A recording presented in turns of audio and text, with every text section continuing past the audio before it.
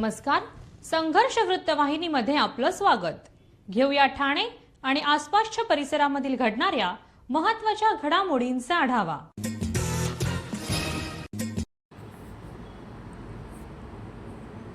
गुरुवारी 19 मार्च रोजी सकाळी 6 ते 53 नंतर गुढी उभारून गुढीपाडवा सण साजरा करायचा आहे, असं पंचांगकर्ता खगोल अभ्यासक दाकृ सोमन यांनी सांगितलंय.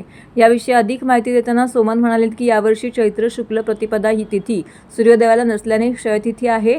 त्यामुळे गुरुवारी सकाळी 6:53 वाजता फाल्गुन अमावस्या संपल्यानंतर नवीन वर्ष शालिवाहन शक 1948 पराभवनाम संवत्सर सुरू होत आहे. गुढीपाडवा हा 3.5 मुहूर्तांपैकी एक मुहूर्त मानला जातो.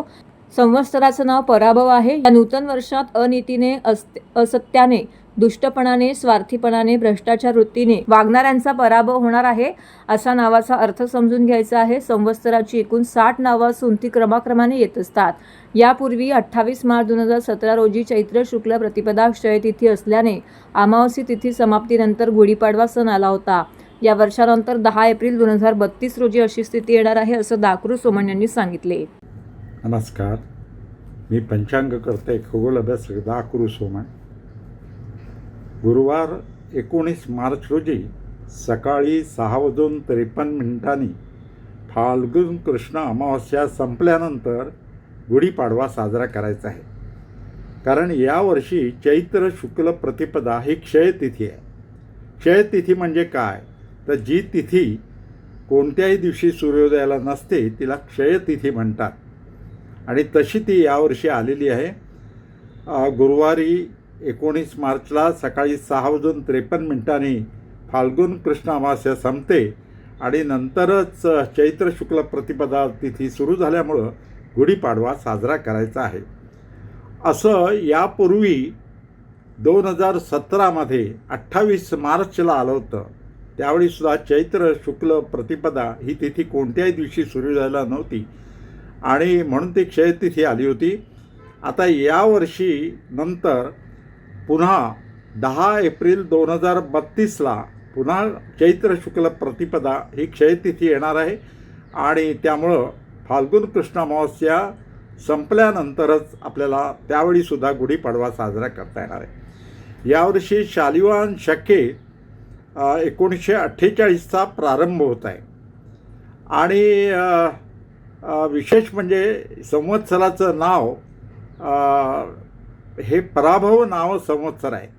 ही संवत्सरं 60 आहेत आणि त्यांची नावं क्रमाक्रमानं येत असतात. तर यावर्षी पराभव हे नाव आहे. पण पराभव कोणाचा? आपला नाही.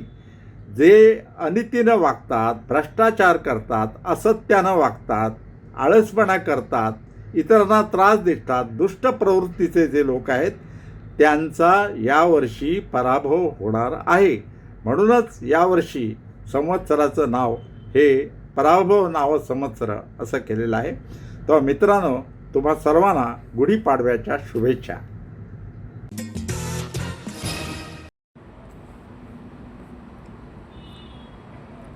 ठाणे जिल्ह्याची जिल्हा सल्लागार समिती व जिल्हास्तरीय आढावा समिती बैठक जिल्हाधिकारी कार्यालय येथे जिल्हाधिकारी डॉ. श्रीकृष्ण पांचाळ यांच्या अध्यक्षतेखाली पार पडली. या बैठकीदरम्यान जिल्हाधिकाऱ्यांनी वार्षिक कर्ज योजना 2025-26 अंतर्गत बँकांच्या कामगिरीचा सविस्तर आढावा घेतला.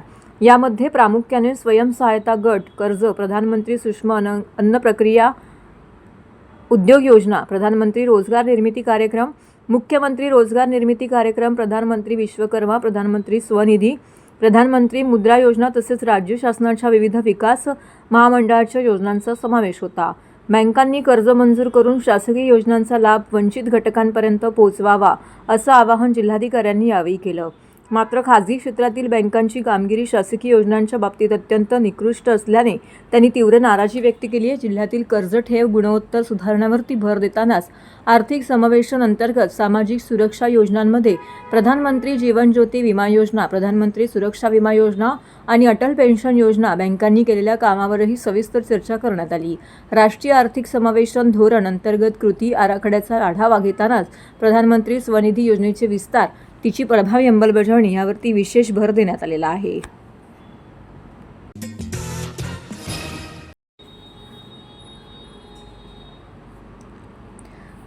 पेसे डॅममधून MIDC, स्टेम आणि ठाणे महानगरपालिका जे पाणी उचलत आहे त्यापैकी सुमारे 12 कोटी लिटर पाण्याची दररोज चोरी होत असल्याचं विरोधी पक्षनेते शानू पठाण यांनी उघडकीस आणलंय.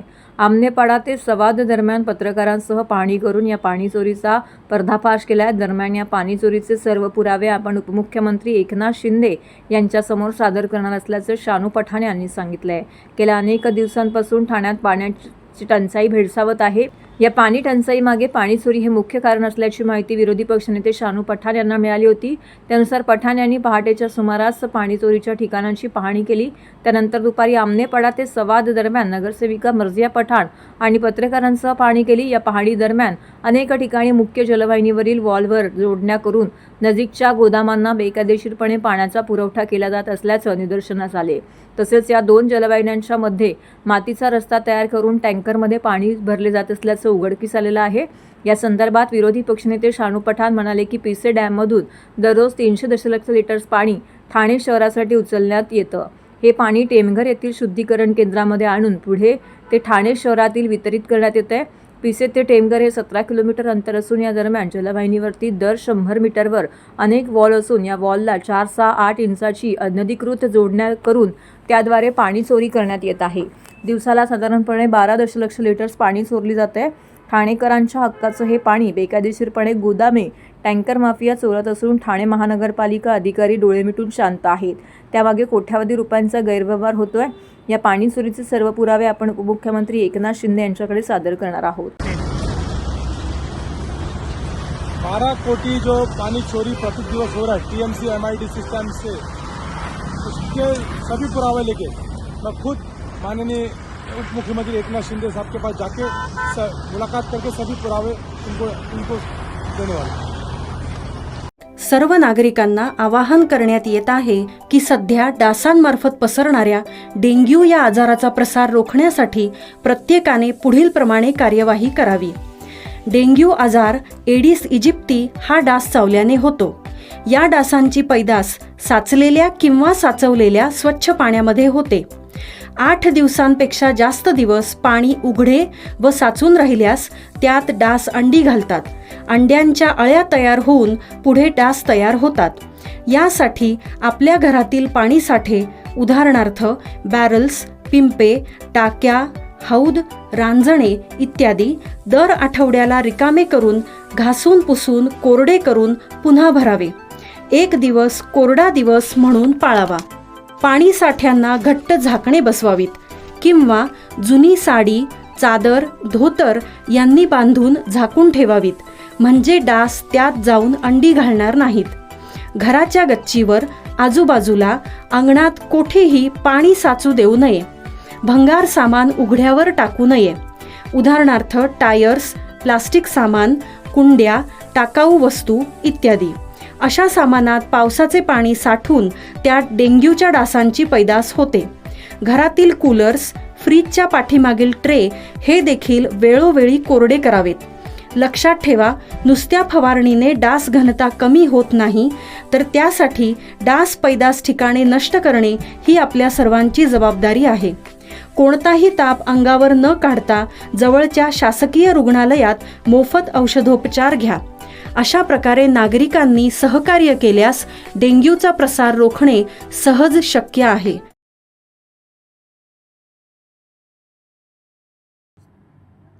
ठाणे महानगरपालिका व साहिल आर्ट मोशन यांच्या संयुक्त विद्यमाने राबवण्यात येणाऱ्या बालरंगकर्मी योजनेअंतर्गत तयार करण्यात आलेल्या एका बटरची बेटर गोष्ट या लघुपटाचं अनावरण उत्साहपूर्ण वातावरणात महापौर शर्मिला पिंपोळकर यांच्या हस्ते डॉक्टर काशीनाथ घाणेकर नाट्यगृह येथे करण्यात आलं आहे.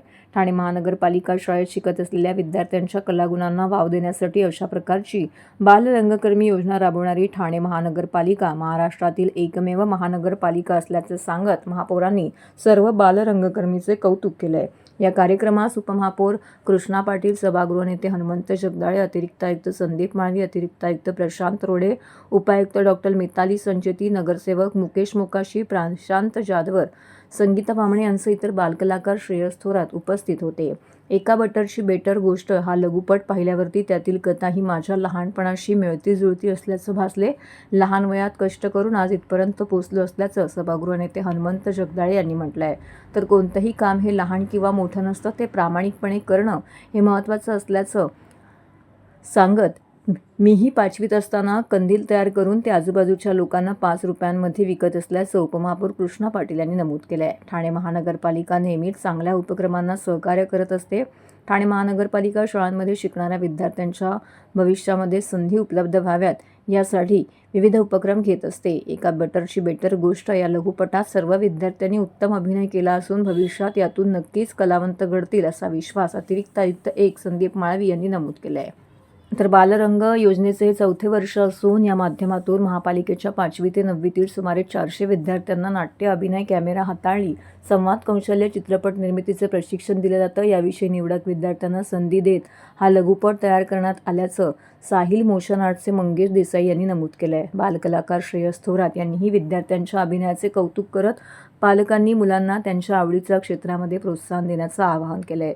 यावेळी ठाणे महानगरपालिका शाळेतील विद्यार्थी देखील मोठ्या संख्येने येथे उपस्थित होते.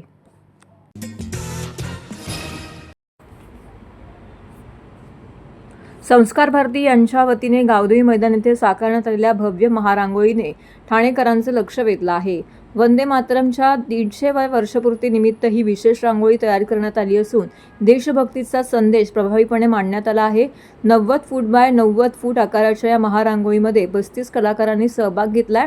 भारत माता, बंकिमचंद्र चट्टोपाध्याय यांचे चित्र तसेच वंदे मातरम या ओळीचे सुंदर चित्र या रांगोळीमध्ये करण्यात आले आहे. या भव्य कलाकृतीसाठी सुमारे 250 किलो रांगोळी, 500 किलो रंगांचा वापर करण्यात आलेला आहे. श्री कोपिनेश्वर सांस्कृतिक न्यास यांच्या वतीने आयोजित स्वागत यात्रेच्या पार्श्वभूमीवरती हा उपक्रम राबवण्यात आला आहे. गेल्या 25 वर्षापासून ही परंपरा जपली जात असून दरवर्षी वेगवेगळ्या विषयांवरती आधारित रांगोळी साकारली जाते. याशिवाय मैदानात विविध प्रदर्शनाचं आयोजन करण्यात आलं आहे. भारतीय संविधानाच्या 75 वर्षपूर्तीनिमित्त विशेष चित्रप्रदर्शन मांडण्यात आलं असून त्यामध्ये संविधानातील कलमांचे सुलेखन सादर केले आहे. तसेच युनेस्कोच्या जागतिक वारसा यादीतील 12 किल्ल्यांच्या प्रतिकृतीही पाहायला मिळत आहेत. छंदोत्सव ग्रुप मुंबईच्या वतीने कागदापासून तयार केलेल्या विविध कलावस्तूंचं प्रदर्शनही आयोजित करण्यात आलं आहे. या सर्व उपक्रमांचं उद्घाटन महापौर शर्मिला पिंपोळकर यांच्या हस्ते झाले. या उपक्रमामुळे ठाणेकरांना कला, इतिहास आणि देशभक्तीचा संगम अनुभवायला मिळत असून नागरिकांकडून उत्स्फूर्त प्रतिसाद मिळत आहे.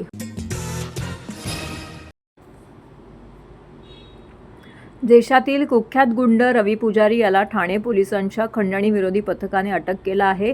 रवी पुजारी याच्या विरोधात 2017 मध्ये मोक्का अंतर्गत गुन्हा दाखल झाला होता. त्याने बांधकाम व्यावसायिकांकडून 10 कोटी रुपयांची खंडणी मागितली होती. त्याला बंगळुरू येथील कारागृहातून पोलिसांनी ताब्यात घेतलं आहे. मुंबई ठाण्यातील बांधकाम व्यावसायिक, सिनेमातील कलाकार, राजकीय नेते यांना धमकावून त्यांच्याकडून खंडणीची मागणी करत असे. त्यामुळे रवी पुजारी यांचा फोन आल्यास अनेकांना घाम फुटत असे. परंतु 90च्या दशकात मुंबई पोलिसांनी अंडरवर्ल्डचा बिमोड करण्याचा निर्णय घेतल्यानंतर रवी पुजारी देश सोडून पळून गेला होता. परंतु त्याच्या गुन्हेगारी कारवाया त्याच्या टोळीमार्फत सुरूच होत्या. ठाण्यातील एका बांधकाम व्यावसायिकाला 10 कोटी रुपयांची खंडणी मागून धमकावलं होतं. तसेच टोळीच्या माध्यमातून गोळीबार देखील केला होता. या प्रकरणी त्याच्या विरोधात कासारवडोली पोलीस ठाण्यामध्ये गुन्हा दाखल करण्यात आला होता. या प्रकरणाचा समांतर तपास ठाणे गुन्हे अन्वेषण शाखेकडून सुरू होता. दरम्यान भारतीय तपास यंत्रणांनी 2019 मध्ये आफ्रिकेतील सेनेगल येथून रवी पुजारी याला अटक केली होती. त्यानंतर त्याला बंगळुरू येथे आणण्यात आलं होतं. तेथील कारागृहात तो शिक्षा भोगत होता. ठाण्यात रवी पुजारी विरोधात खंडणी आणि मोक्का अंतर्गत विविध गुन्हे दाखल करण्यात आले आहेत. त्यामुळे ठाणे पोलिसांनी त्याचा ताबा मिळवला आहे. त्याला कासारवडोली येथील प्रकरणामध्ये अटक करण्यात आली असून 27 मार्चपर्यंत पोलीस कोठडी सुनावण्यात आली असल्याची माहिती खंडणी विरोधी पथकाचे वरिष्ठ निरीक्षक शैलेश साळवी यांनी दिली आहे. तर हे होतं संघर्ष वृत्तवाहिनीचं आजचं बातमीपत्र. उद्या पुन्हा भेटू याच वेळी याच ठिकाणी ताज्या घडामोडींसह. तोपर्यंत नमस्कार.